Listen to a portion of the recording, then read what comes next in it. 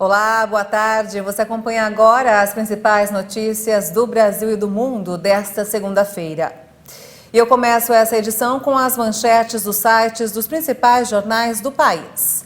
Folha de São Paulo: Petrobras é alvo de processo na CVM após renúncia de presidente. O órgão que fiscaliza o mercado financeiro vai investigar divulgação de notícias sobre a estatal. E agora o Estadão: São Paulo aplica a 4ª dose contra a Covid-19 em maiores de 45 anos a partir de quarta-feira. A liberação ocorre conforme a orientação do Ministério da Saúde. Segundo a Prefeitura, a vacinação para essa faixa etária acontecerá aos poucos. Valor econômico: Ibovespa vira e passa a subir acompanhando aí a Petrobras e apoiado por bancos. Incertezas sobre a estatal de petróleo e movimento das commodities são alguns dos elementos sob avaliação. E por fim, o Globo: herpes zoster, novo imunizante contra a doença, chega ao Brasil e impulsiona a discussão sobre vacinação.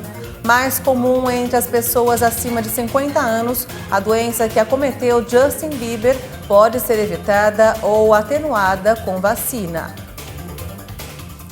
Às vésperas do início do inverno, a vacinação contra a gripe está abaixo da expectativa. De acordo com dados do Ministério da Saúde, os únicos grupos que têm procurado a proteção com mais frequência são os idosos e os funcionários da saúde. Mais de 70 dias após o início da vacinação contra a gripe, somente 2 grupos que são considerados público-alvo prioritários da campanha atingiram 50% da meta. A imunização contra a influenza não deslanchou até agora, o que acendeu um sinal de alerta no Ministério da Saúde às vésperas do inverno. O maior problema do adoecimento por gripe neste período é que o acúmulo de pacientes pode pressionar os serviços de saúde no país. Fazem parte dos grupos prioritários para vacinação crianças, trabalhadores da saúde, gestantes, puérperas, indígenas, idosos e professores.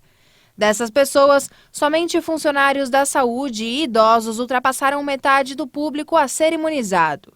Ao todo, 56,8% dos idosos tomaram a dose de proteção contra a gripe.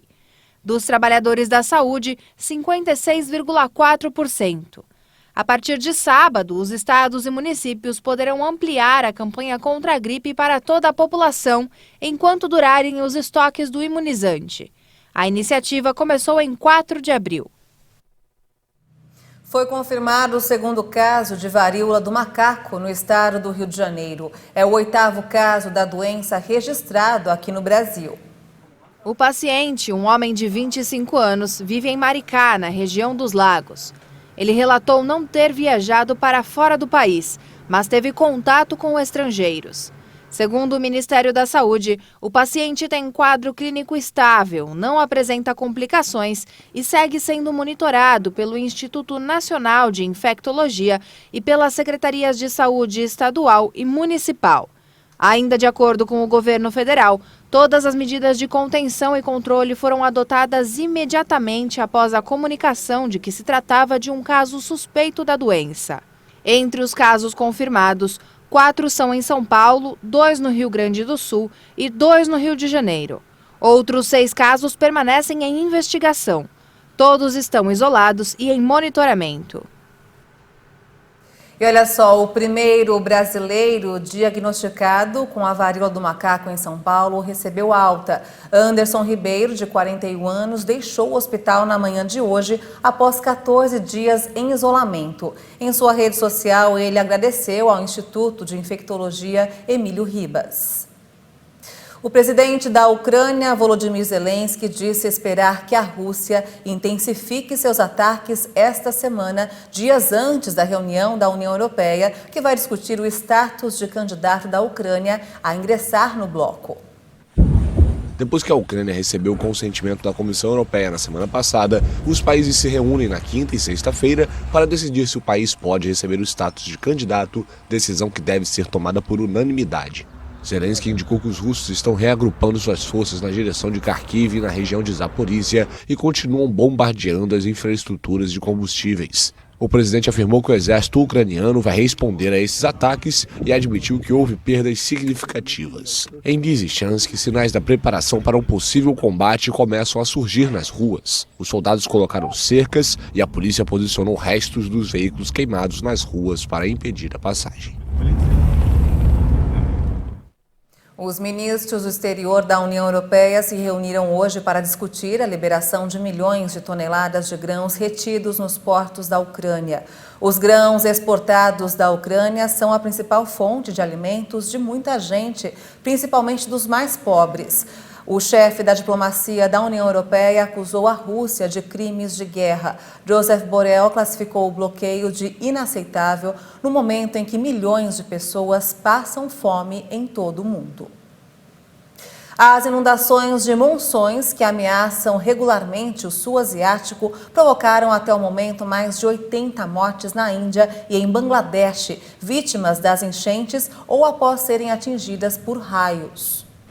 O número de vítimas das tempestades do sul asiático não para de crescer.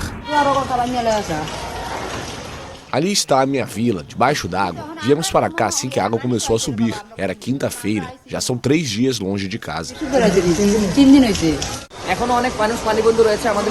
Muitas pessoas ainda estão abandonadas. Nossas equipes estão se esforçando para resgatá-las. E aqueles que estão no topo de prédios ou outros terrenos mais altos, estamos tentando abastecê-los com água e comida. As inundações de monções, fenômeno climático que provoca chuvas torrenciais em determinados períodos do ano, especialistas alertam que as mudanças climáticas estão aumentando a frequência, gravidade e rapidez dos fenômenos.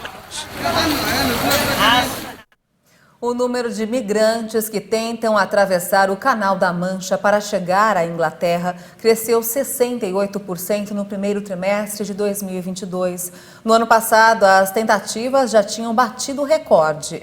De acordo com o Ministério do Interior francês, entre 1º de janeiro e 13 de junho de 2022, houveram várias travessias e tentativas em pequenas embarcações, envolvendo 20.132 pessoas. O número apresenta um aumento de 68% em relação ao mesmo período do ano passado. Pouco mais de 60% dessas tentativas foram frustradas pelas forças de segurança francesas.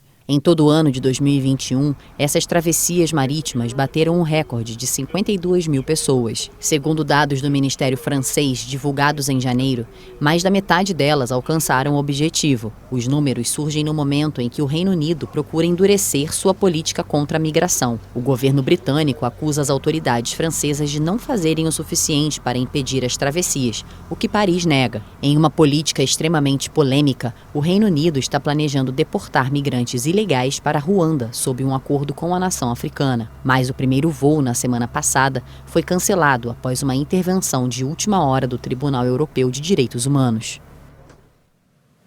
A histórica onda antecipada de calor na Europa, que castiga particularmente França e Espanha desde a última semana, aumenta as preocupações sobre as mudanças climáticas.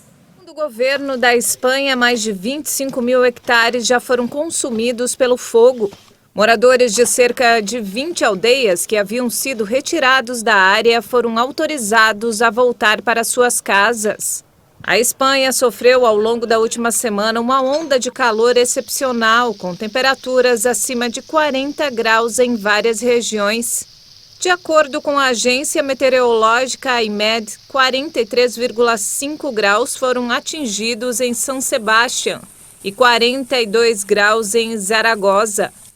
Na França, Paris registrou queda nas temperaturas sufocantes no último sábado, após uma tempestade durante a noite.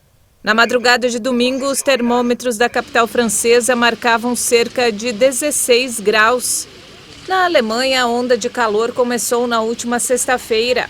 E no sábado, as temperaturas alcançaram um recorde de 36,4 graus no sudoeste do país. Como resultado, um incêndio na região de Brandemburgo, perto de Berlim, se espalhou, afetando cerca de 100 hectares. A multiplicação das ondas de calor na Europa é uma consequência direta do aquecimento global. Segundo cientistas, as emissões de gases do efeito estufa aumentam a potência, duração e repetição das ondas de calor. E essa edição fica por aqui. Eu volto logo mais no Jornal das 18h30 com outras informações. Obrigada pela sua companhia e até lá. Tchau.